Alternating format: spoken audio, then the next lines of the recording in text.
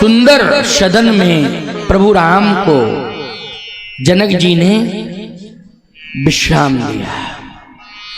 इसका अर्थ क्या है? दीप दीप के भूपति नाना आए हैं, सुन हम पर ठाना। अनेक देशों के राजा आए, लेकिन जो सबसे सुंदर निवास था उसमें किसे ठहराया गया? जल्दी बोलो। केवल प्रभु राम को। श्री राम लक्ष्मण ठहरे हैं उसमें। इसका मतलब ये कि जनक जी महाराज ने ये निश्चय कर लिया है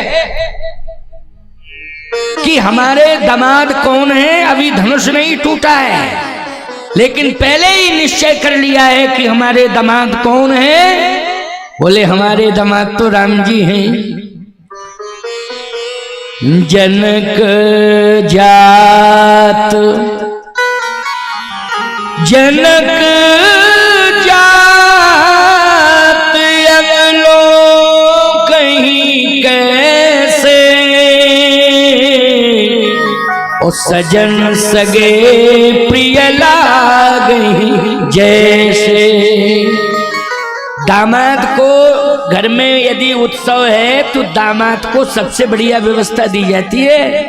दामाद का सम्मान बहुत होता है भाई। उसे स्पेशल व्यवस्था ठहरने के लिए दी जाती है, उसका स्पेशल ध्यान रखा जाता है। जनक जी महाराज ने अभी धनुष भले ही नहीं टूटा है, लेकिन प्रभु राम को सी निवास सुंदर सदन, जो सबसे सुंदर निवास था, सुंदर सदन, उसमें जनक जी महाराज ने प्रार्थना की है विश्वामित्र जी से। कहा महाराज आप आज्ञा दें तो राम लक्ष्मण को वहां विश्राम दिया जाए। हाँ ले जाओ ले जाओ ले जाओ ले जाओ। वाह! महात्मा कहाँ ठहरते हैं? महात्मा तो सरोवर के किनारे ठहरते हैं। जहां पर वृक्ष अधिक होते हैं वहां महात्मा ठहरते हैं। तो विश्वामित्र जी कहाँ ठहरे हैं? बोलो एक अमराई में, आम्र वाटिका में। सुंदर सरोवर है, आम लगे हुए हैं, आम्र वाटिका है। वाह! महात्माओं को तो सरोवर पसंद है, वृक्ष पसंद है, बाग बगीचा पसंद है। इसलिए आश्रमों में ज्यादा से ज्यादा वृक्ष लगाओ। भले ही निर्माण ज्यादा ना करा पाओ ईंट पत्थर का, उससे कोई शोभा नहीं है, लेकिन ज्यादा से ज्यादा वृक्ष लगाओ। क्या लगाओ? वृक्ष लगाओ प्यारे। कोई भी मकान बना दोगे आज के कंस्ट्रक्शन में ज्यादा से ज्यादा 50 साल, 60 साल, 70 साल, बोलो भाई। और कोई वृक्ष लगा दोगे तो गारंटी के साथ कह रहा हूं, अगर वृक्ष को आपने लगाया और उसकी देखरेख कर ली तो 1000 वर्ष तक छाया देता रहेगा वृक्ष। आंधी तूफान भी कुछ नहीं बिगाड़ पाएंगे। उन्हीं वृक्षों का आंधी तूफान बिगाड़ते हैं जिन वृक्षों की देखरेख नहीं होती है, बोलो। और जिन वृक्षों की देखरेख होती है हजारों साल वो वृक्ष जो है छाया देते हैं। और यदि वो वृक्ष सूखते भी हैं तो बगल में एक सुंदर सा, क्यों भाई, कोई ना कोई वृक्ष उसी जाति प्रजाति का आ जाता है कि नहीं आ जाता है? हमने देखा है। परिक्रमा करोगे आप कामदगिरि भगवान की तो तुलसीदास जी का स्थान मिलता है, वहां पीपल है। तुलसीदास जी महाराज ने अपने हाथ से पीपल लगाया था परिक्रमा में। मैंने देखा कि वो सूख रहा है। अब क्या होगा? तुलसीदास जी ने अपने हाथ से लगाया ये पीपल, लेकिन सूख रहा है। भैया मैंने जब दोबारा परिक्रमा करके देखा तो उसी के बगल में एक पीपल हरा भरा दिखाई देने लगा। बोलो अपने आप ही पीपल ने पीपल को जन्म दे दिया कि नहीं दे दिया? वृक्ष अगर अस्तित्वहीन होता है तो बगल में दूसरे वृक्ष को जन्म दे देता है। ये विशेषता वृक्ष की होती है। इसलिए ज्यादा से ज्यादा वृक्षारोपण होना चाहिए। नदियों को स्वच्छ रखो, वृक्षों को संरक्षण देते रहो, पर्यावरण को सुरक्षित करो।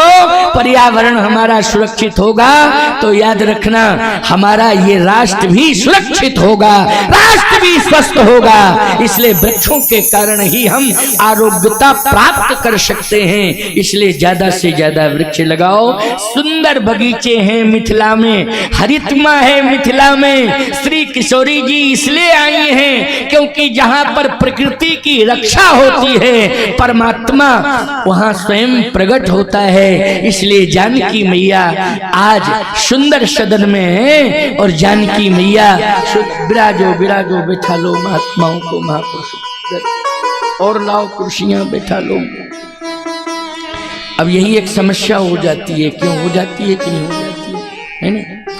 ये तो एक काम करना चाहिए, बढ़िया एक ऐसा एलाकार में आसन बनना चाहिए, सभी संत बैठते जाएं एलाकार में, है ना? नहीं तो यहाँ पर एक विधानसभा सी बना लो, जैसे विधानसभा में कुर्सियां पड़ी रहती है ना, है ना? वैसे अरे भाई ये भी तो धर्म संसद है, ये क्या है, धर्म संसद है कि नहीं? अच्छा बोलो भाई, महाधर्म संसद, जहां पर संत महात्मा इकट्ठे हों, बोलो धर्म संसद, महाधर्म संसद उसको कहते हैं। इसलिए आगे ध्यान रखा जाएगा, आगे जो है विशेष रूप से इस बात पर ध्यान रखा जाएगा और हर मंच पर धर्म संसद का एक नक्शा होगा और उसमें संतों के सम्मान की समान व्यवस्था रखी जाएगी।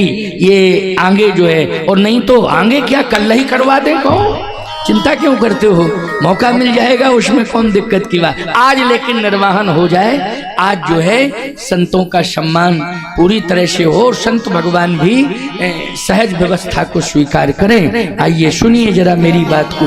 हमें लगता है बड़ी मुश्किल में विवाह हो पाएगा सीताराम जी का आज, हैं? तुम लोगों के बच्चों के विवाह तो बड़े आराम से हो जाते हैं, लेकिन हमारे सीताराम जी का विवाह जो है पता नहीं 4:30 करेंगे, किसी तरह वो करना ही है, 3:45 तो हो ही गया है। लेकिन आइए सुनते जाइए, बहुत अच्छी बात। चलो हम लोग धनुष मक्षाला पर थोड़ा ध्यान देते हैं। कहाँ धनुष मक्षाला? धनुष मक्षाला, धनुष मक्षाला में धनुष रखा हुआ है। ये धनुष का नाम क्या है? बोले पिना। अच्छा, दूसरी पहचान क्या है धनुष की? जनक जी ने बताया दूसरी पहचान है सो पुरारी को, सो पुरारी को दंड कठोरा, राज समाज आज जुई तोरा, तो त्रिभुवन जय समेत बैदेही, ओ बिनहि विचार बरे हठ तेही। महाराज जनक ने कहा कि सो पुरारी को दंड कठोरा, राज समाज आज जोई तोरा, त्रिभुवन जय समेत वैदेही, बिनहि विचार बरे हटते। जो भगवान शंकर के प्रचंड धनुष का खंडन करेगा, मैं अपनी बेटी का विवाह उसी के साथ कर दूंगा, बिनहि विचार। ये धनुष आज रखा हुआ है। रामचरितमानस को गहराई से जब पढ़ा गया तो ये धनुष का अर्थ कुछ और निकल पड़ा। अहंकार शिव बुद्धि अजमन सस चित महान। बोले ये धनुष जो है अहंकार का प्रतीक है। प्रतीक बाद में इसको अहंकार, जैसे चंद्रमा मन का देवता है। किसका देवता है? चंद्रमा। मनसो जातक चक्षो सूर्यो अजायत। पधारिए विराजो विराजो विराजो। अहंकार शिव बुद्ध अज मन शशि चित्त महान। अहंकार शिव बुद्ध अज मन शशि चित्त महान। अहंकार का प्रतीक कौन है? बोले धनुष। अहंकार का प्रतीक क्यों है धनुष? क्योंकि अहंकार के देवता कौन है? बोले भगवान शंकर। बुद्धि के देवता कौन है? बोले ब्रह्मा।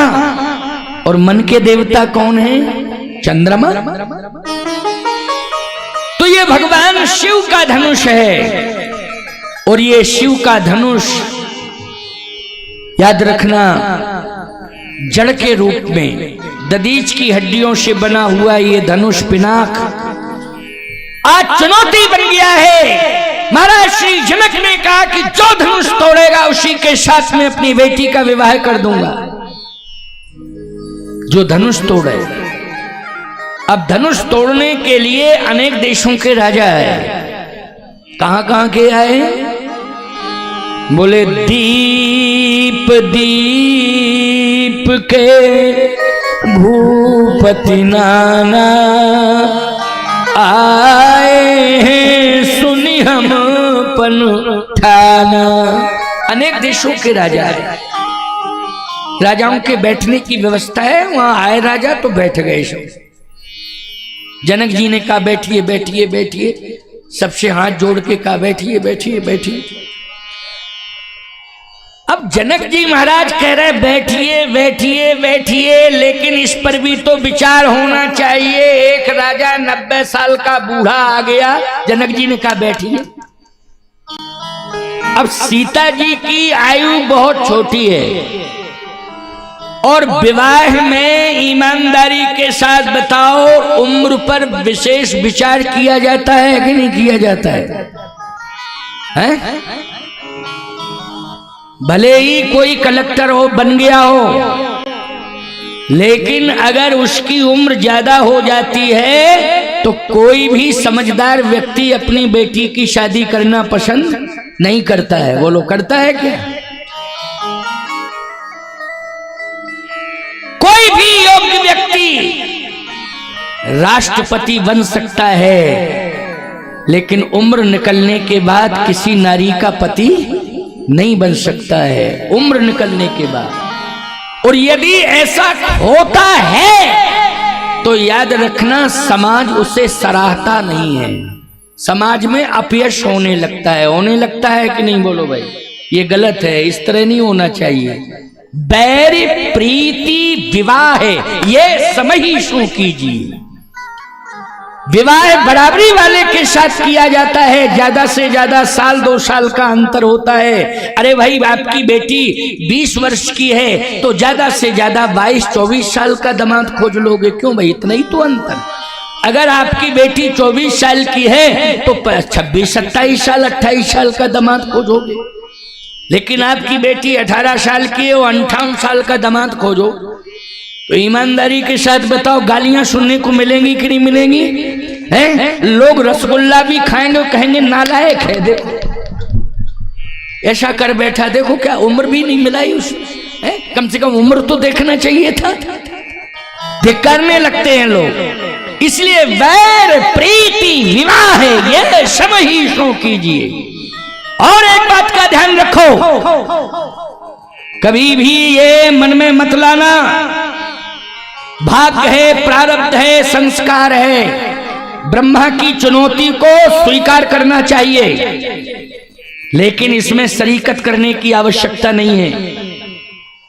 आप कितने सामर्थ्यवान हो, सामर्थ्य के अनुसार बेटी का विवाह करो, और जितना आप निर्वाह कर सकते हो सामर्थ्य के अनुसार उसी के यहां अपनी बेटी का विवाह करो। करना चाहिए कि नहीं? जैसे एक उदाहरण दे रहे हैं, बुरा मत मानना। यदि किसी के यहां मूंगफली बेची जाती है तो मूंगफली बेचने वाला व्यक्ति अरबपति खरबपति के यहां करेगा शादी? नहीं नहीं नहीं, क्योंकि मूंगफली ही तो बेच रहा है। क्या बेच रहा है? मूंगफली बेच रहा है कि सोना बेच रहा है? आप कहो महाराज तो कहना क्या चाहते हो? मूंगफली बेचने वाले को चाहिए कि रेवड़ी बेचने वाले क्या कर दे? थोड़ा सा 19-20 चल जाएगा, क्यों चल जाएगा कि नहीं? रेवड़ी बेचने वाले के यहां कर दे संबंध, निर्वाह हो जाएगा कि नहीं हो जाएगा? विवाह है, क्योंकि यहां सम की बात बार बार तुलसीदास जी ने कही है। सीताराम जी के विवाह में सम की बात कही है। क्या कही है? राम सरस बर दुल्हन सीता और समधी दशरथ जनक पुनीता। बराबरी है, इसलिए कह रहा हूं कि बराबरी है क्योंकि ये मिथिलेश हैं और वो अवधेश हैं। दशरथ क्या है? अवधेश। और जनक क्या है? मिथिलेश। अच्छा, अवधेश में कितने अक्षर हैं? जल्दी बोल। हाँ, 4 अक्षर हैं। और मिथिलेश में बोलो हैं 4 अक्षर के नहीं? हम समधी समधी का मिलान कर रहे हैं। जरा रामायण पहले समधी समधी का मिलान तो कर दें, तब तो शादी करवावे। और जब समधी समधी का मिलान नहीं होगा तो फायदा क्या है शादी कराने से? एक बात बतावें, बेटा की और बहू की, बेटी बेटे की जन्म पत्री मिलती है, अच्छी बात है, लेकिन थोड़ा सा सास और बहू की जन्म पत्री भी मिला देना चाहिए कि इनमें मिल रही कि नहीं मिल रही जन्म पत्री, खटर पटर तो नहीं हो रही। क्यों भाई? नहीं तो संतुलन ही हमेशा बिगड़ा रहा तो फायदा क्या है? जिंदगी भर परेशानी परेशानी। इसलिए ध्यान से सुनो। सकल भांति शकल भांति सज साज समाजू और सम समधी देखे हम आजू। अरे सम समधी देखे हम आजू। आज तुलसीदास जी कह रहे हैं, महात्मा कह रहे हैं, देवता कह रहे हैं, पूरा संसार कह रहा है कि सम समधी देखे हम आजू। आज देखे हमने समधी, ऐसे समधी होते हैं। आजकल समधी की परिभाषा नहीं जानते हो? समधी समधी समधी है? पहले परिभाषा सीख लो, समझ लो समधी के क्या लक्षण होते हैं। बिच्छू का मंत्र नहीं जानते हो? सांप के बिल में हाथ डालते हो। समधी समधी समधी समधी, अर्थ ही नहीं समझते हो समधी समधी। रामायण पढ़ो, रामायण से सीखो, सीताराम जी के विवाह से सीखो। तुलसी बाबा ने चैलेंज दिया है, आज परिभाषा की है कि समधी किसे कहते हैं। के सम समधी देखे हम आजू। आज देखें कैसे? बोले एक हैं अवधेश जो बेटा पक्ष से हैं और बेटी पक्ष से हैं मिथिलेश। बोलो, अवधेश में 4 अक्षर और मिथिलेश में 4 अक्षर। आप कहो महाराज दशरथ, तो एक बात आपको बतावें, ये मत कहना ये जनकई हैं वो दशरथ हैं, जनक में 3 अक्षर और दशरथ में 4 अक्षर। नहीं नहीं, ये निमरथ हैं। जनक जी का एक नाम है निमरथ। बोलो क्या नाम है? निमरथ। जनक जी को निमरथ कहते हैं। आप कहोगे महाराज निमरथ, अच्छा तुम ये जानते होते तो हमें क्यों बुलाते थे? भाई हमको क्यों बुलाते? यही सब सुनने समझने के लिए तो बुलाया है। जो नहीं जानते हो उसको मैं जनाऊं, समझाऊं, बताऊं। अगर ये दशरथ हैं तो जनक निमरथ हैं। यहां रग कुल है तो वहां निम कुल है। निम कुल में 4 अक्षर हैं और रग कुल में कितने अक्षर हैं? 4 अक्षर हैं। सम समधी रग कुल निमकेश मिथिलेश दशरथ निमरथ। आप कहो राजधानी कहाँ है? बोले दशरथ जी की राजधानी है अवधपुरी। 5 अक्षर। तो जनक जी की राजधानी है जनकपुरी। बोलो कितने अक्षर हैं? जल्दी बोलो। सकल भांति सज साज समाजू और सम समधी देखे हम आज। सम समधी देखे हम आजू। बोलो भाई बराबरी है कि नहीं? अब ज्ञान की बात आ जावे जरा, भाई किसका ज्ञान बड़ा किसका ज्ञान छोटा? अवधपुरी